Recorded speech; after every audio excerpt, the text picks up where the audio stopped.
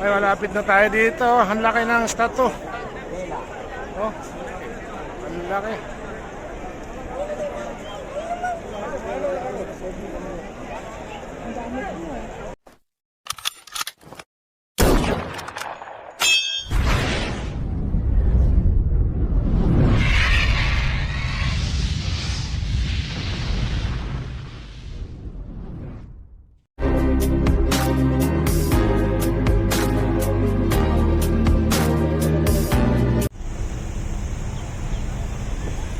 Guys, from Negaraso, pumunta tayo dito sa Bato Cave sa Sri Subramanya Swami Temple, Bato Caves. Yan, ito yung Bato Caves dito sa Kuala Lumpur.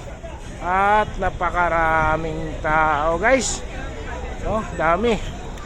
Akitin natin yung Bato Caves na yan.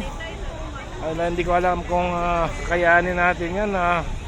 Ito yata yung excuse, nakikita nyo sa Facebook na dinadayo. May mga Buddha rito, guys. Oh. Ayan, oh. Tingnan natin kung kaya ba nating umakyat doon sa mga makulay na hagdan na yon. Medyo masakit na ngayon tuhod ko eh. Ha? So, ay, malapit na tayo dito. Ang laki ng statue. Oh, ang laki.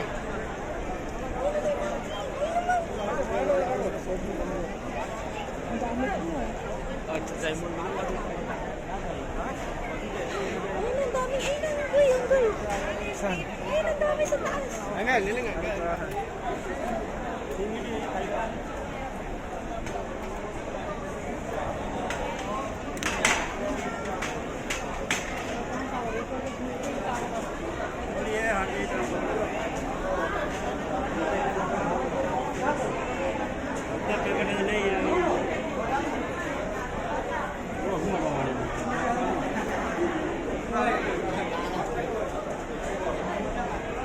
Ang daming unggoy, oh.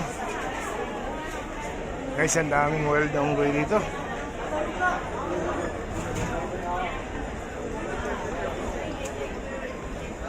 Oh, kumakain sila, pinapakain sila. Ayan, oh. Ayan, oh. Ayan yung unggoy, guys, oh. Kaya pala siguro hindi pinapadaanan tong kabila, ano? Kasi may unggoy.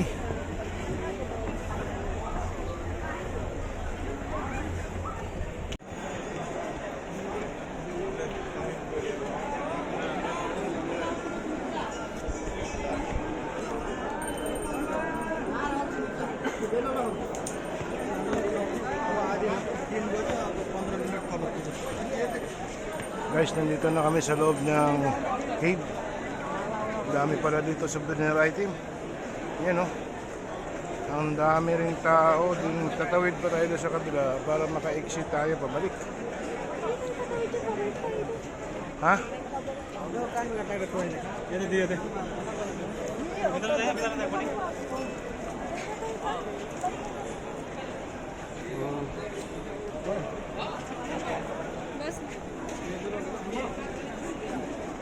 Yun. Ito pala yung loob niya, parang syudad din pala. Ha? Parang city.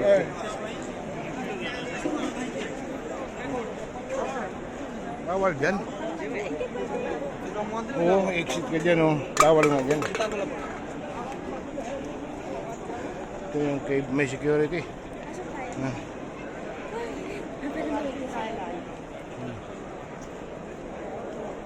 Laki.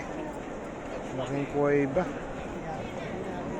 Yung preserve nila, dinevelop nila pero hindi nila ginalaw yung kuweba.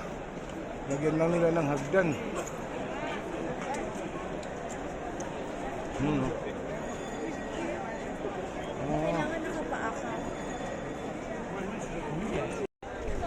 Ito na yung Bato Cave, yung loob mismo, guys. Talagang kuweba siya. Yan, oh.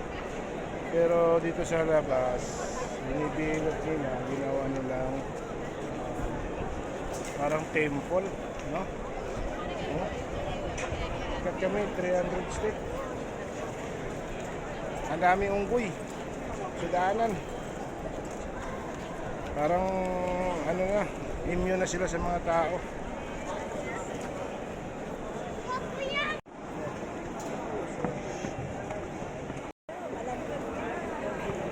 Ayan guys, balik na kami.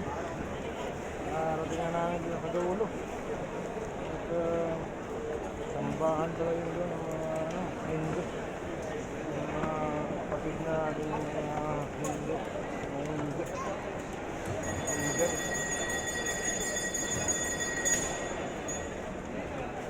Uy!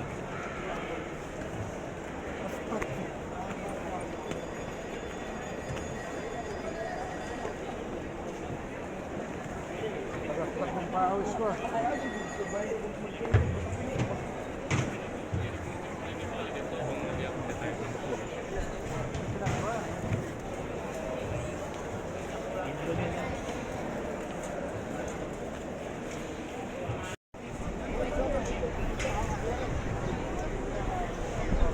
Okay guys, kabababa lang namin magmula doon sa Bato Cave, 300 step, tapos yung loob noon ay talagang parang sambahan ng mga Indo, mga Indian.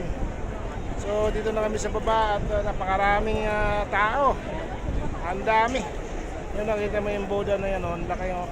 Tapos akitin mo yan, makikita mo yung temple din sa loob. Tapos ikot ka doon, may mga souvenir items. So dito napakaraming tao na mga hindi mo naman masabing deboto parang bumibisita, karamihan Indian, Chinese, Bangladesh, Nepal. So hindi ako masyado makapag-picture doon guys dahil napakadaming tao, masalimuot. Dito naman napakaraming kalapati sa baba at napakarami ding unggoy doon sa taas na wild na unggoy pero lumalapit sa mga tao kasi binibigyan sila pagkain. Ayan, ikot ko kayo dito sa Bato Cave. Ito yung Bato Cave dito sa Kuala Lumpur, Malaysia. Hindi ko alam kung anong lugar to, anong barangay o anong bayan. Basta ang tawag lang nila dito ay Bato Cave. Videoan ko yung mga kalapati na umahalibilo sa tao guys. Ayan, bahay ng kalapati siguro yan dyan, madami, daming kalapati, nag-aabang ng mga magpapakain sa kanila. Ayan, puntahan natin yung mga kapalapati dito guys. Ang ganda. Ang ganda ng mga ang ganda ng kalapati. Ayan,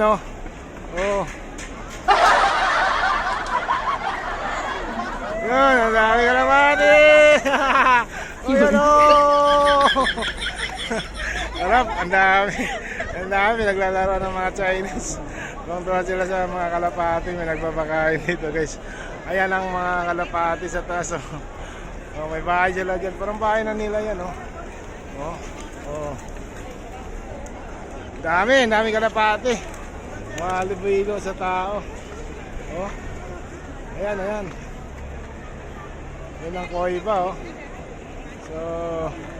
So ayan guys, nakarating tayo dito sa awa ng Diyos at napasyalan natin yung lugar nila.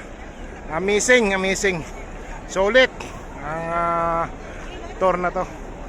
Ang problema, hindi nakasama si Mrs. kasi sumakit yung pa. Sa bahay lang siya. Guys, ganito din, katindi ang tao dito sa MRT station nila. Kukuha siya ako ng ticket, hanggang ngayon hindi pa nakabalik. Masalimuot, parang MRT din sa Maynila.